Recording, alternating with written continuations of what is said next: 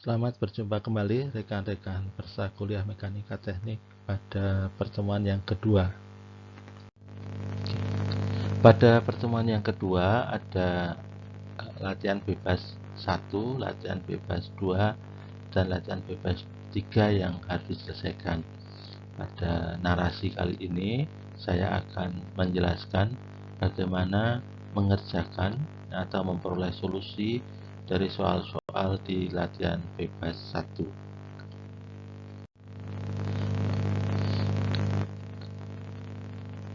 Misalnya untuk soal A1 ini, kita mulai dari soal A1.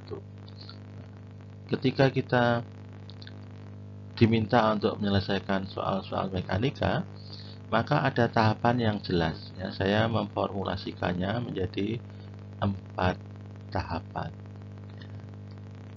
Tahapan yang pertama ya, adalah tahapan untuk memahami soal. Dalam tahapan ini kita mencari ya, apa yang ditanyakan. Kemudian setelah kita tahu apa yang ditanyakan, kita menggali informasi yang ada pada soal ya. Biasanya ada pada gambar ya. Masih pada soal atau pada gambar. Kemudian setelah kita dapat informasi, maka baru masuk tahap kedua, yaitu membuat diagram benda bebas. Itu yang ditanyakan ya pada soal-soal kedua ini. Nah, setelah kita membuat diagram benda bebas, nanti kita lakukan tahap ketiga, tahap analisis. Dalam tahap analisis itu kita terapkan persamaan-persamaan ya. Misalnya sigma fx harus sama dengan 0, sigma fy harus sama dengan 0, sigma momen di satu titik itu harus sama dengan 0. Nah, dari 3 persamaan ini kalau soal-soal 2 dimensi biasanya sudah bisa diselesaikan. Nah, di tahap analisis, tahap yang ketiga, kita memperoleh angka-angka. Nah, angka-angka itu harus kita gunakan untuk menjawab pertanyaan. Maka di tahap keempat, kita berikan jawaban atas pertanyaan atau solusinya. Oke, demikian. Jadi, apapun soalnya, harus 4 tahap ini di dalam benak kita. Artinya juga, meskipun tidak dieksplisitkan dalam soal, tapi teman-teman harus membuat diagram benda bebas untuk setiap soal mekanika teknik yang ditanyakan. Ya, itu dari saya. Kemudian mari kita pahami soalnya. Apa yang ditanyakan dari soal ya?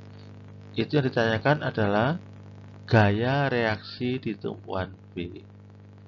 Mana tumpuan B? Oh, ada di sini, di tumpuan B.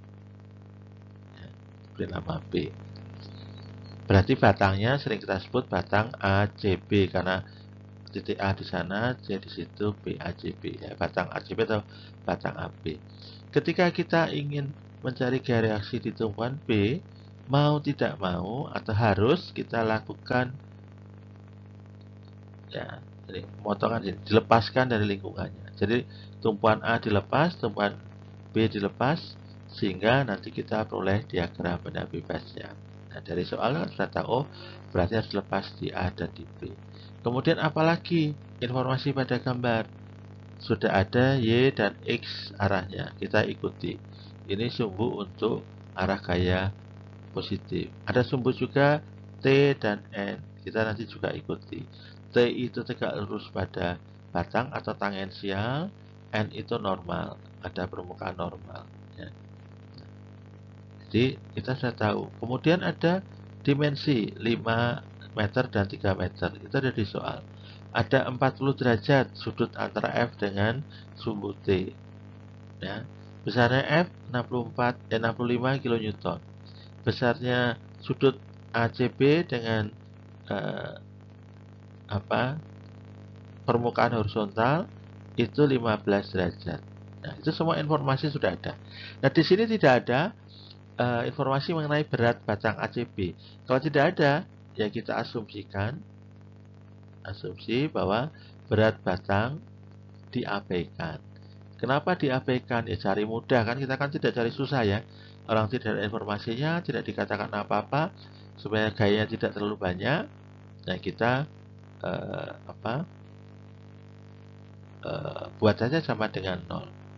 Itu kira-kira informasi yang ada pada gambar. Jadi sepertinya tahap 1 sudah sudah beres. Mari kita masuk ke tahap 2, membuat diagram benda bebas. Gambar soal saya tetap tunjukkan di bawah untuk panduan. Mari kita membuat diagram benda bebasnya. Tahapan pertama dalam membuat benda bebas adalah membuat sumbu acuan, ya, atau kerangka. Mana sumbu acuan ini kita gambarkan di lembar jawab. Kebetulan itu kan X-nya sudah ditentukan, ke kanan positif, Y-nya ke atas positif, momennya yang sudah ditentukan, kita tentukan searah jarum jam positif. Selesai sumbu acuan. Yang kedua, kita lepas batang, ya, atau lepas benda, ya, yang akan kita tinjau dari lingkungannya. Yang akan ditunjuk adalah batang ABC, ACB. Maka kita gambarkan persis kira-kira miring, tidak harus bagus, tetapi sudah terbayang. Nah, ini, ya, diberi A, di sini C, di sini B. Kemudian setelah kita lepas, kita lengkapi dengan gaya-gaya luar. Tahap ketiga, lengkapi dengan gaya luar atau gaya aksi. Gaya luar itu gaya aksi. Mana gaya luar? Ada F. Ini F digambarkan. Sebesar 65 kilonewton. Ada yang lain? Biasanya ada beratnya, tetapi berat diabaikan. Berarti gaya luar dalam gambar ini hanya ada satu, yaitu 65 kilonewton. Yang keempat, ya, lengkapi informasinya. Apa saja? Oh, ini ada 5 meter. Ini ada 3 meter. Sekarang nanti kita bisa mengerjakan. Kemudian antara T dan 65 itu ada sudut 40 derajat.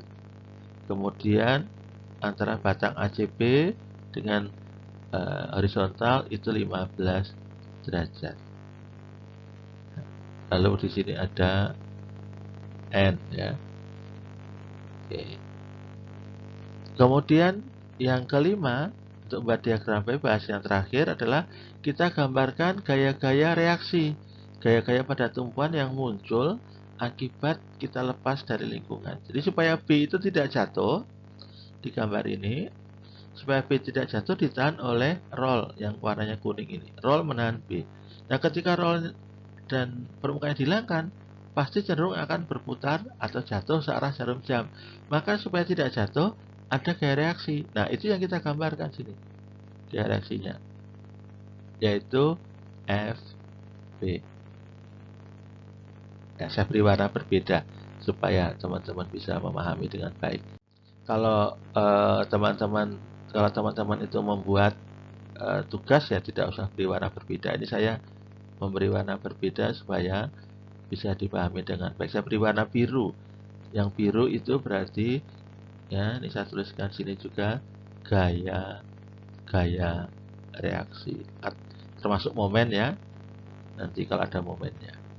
Di sini di roll FB saja, ya, satu gaya tegak lurus permukaan, sentuhnya bidang itu yang sejajar dengan N. Tidak ada gaya lain karena dia roll. Di A kita tahu itu tumpuan pin, ada 2 gaya. Nah, untuk mudahnya saya beri nama AY dan AX. Pak, arahnya bagaimana? Arahnya bebas, tetapi kebetulan Y ke atas, X ke kanan. Supaya mudah, AX AY saya ikuti sesuai dengan sumbunya. Nanti kalau ketemu AY atau AX yang negatif, berarti arahnya berlawanan dari arah pada gambar yang kita buat pada panahnya. Di A itu tumpuan pin. Kok tahu tumpuan pin? Karena ini simbol tumpuan pin, ya. Coba cari di buku. Ada macam-macam simbol tumpuan pin. Ada macam-macam simbol tumpuan roll. Nah, kalau dia jenis tumpuan pin, maka tidak ada momen. Ya, dalam pin ini tidak ada momen. Tidak bisa menahan momen. Maka gambarnya hanya seperti itu. Selesai. Ini yang dimaksud dengan diagram benda bebas. Kalau mau di tahap 4 solusi ditulis, jadi diagram benda bebas untuk menghitung gaya tumpuan pada B tampak seperti pada gambar. Nah, ini sudah, ya, itu jawabannya. Nah, gambarnya mana? Itu yang saya beri kotak biru itu. Itulah diagram benda bebas untuk menghitung gaya tumpuan pada B. Kok A-nya ditulis, Pak? Ya karena kalau A tidak dilepas tidak bisa selesai. Ya, jadi memang harus diisolasi, ya, dilepas dari lingkungannya. Kebetulan ada dua tumpuan A dan B, ya kita buat 2. Di sini kelihatan tampak bahwa semua yang harus kita hitung, semua yang harus kita cari, semua informasi itu ada semua di diagram benda bebas. Jadi ini alasan mengapa dalam setiap membuat jawaban dari pertanyaan soal-soal mekanika harus membuat diagram benda bebas, karena supaya jelas. Dengan lihat sekilas saya sudah tahu, misalnya, oh di A hanya ada AX, AY tidak ada, padahal tumpuan pin, pasti keliru.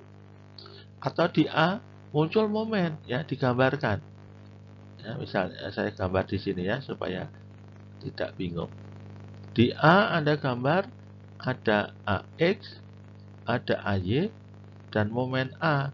Ini pasti keliru karena memang tidak ada.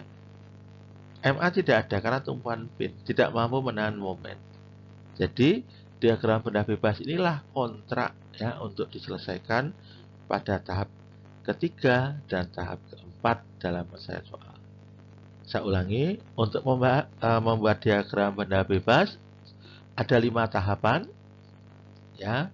Supaya berbeda, saya beri nama tahapan A, tahapan B, tahapan C, tahapan D, dan tahapan E. Tahapan A membuat kerangka acuan, tahapan B melepas benda, ya, menggambarkannya kembali, ya, lepas benda dari tumpuan-tumpuannya, ya, menggambar kembali. Tumpuan C melengkapi dengan gaya-gaya luar, ya. Tahapan D melengkapi dengan info-info lain, ya, pada diagram benda bebas, ya, jarak, sudut, ya, macam. Tahapan E menggambarkan gaya-gaya reaksi pada tumpuan. A, B, C, D, E sudah dikerjakan, berarti sudah selesai, siap untuk masuk ke tahap 3, yaitu analisis gaya. Tinggal Anda masukkan persamaan, selesai. Ya, kalau tidak percaya, silakan dicoba, ya, dari latihan bebas 1 soal A1 ini, silakan dicoba. Akan gampang mencari nilai FB, nilai AX, dan nilai AY untuk beban 65 kN seperti pada soal. Ya. Terima kasih, saya cukupkan untuk soal A1. Nanti kalau ada pertanyaan bisa dilanjutkan seperti biasanya di grup.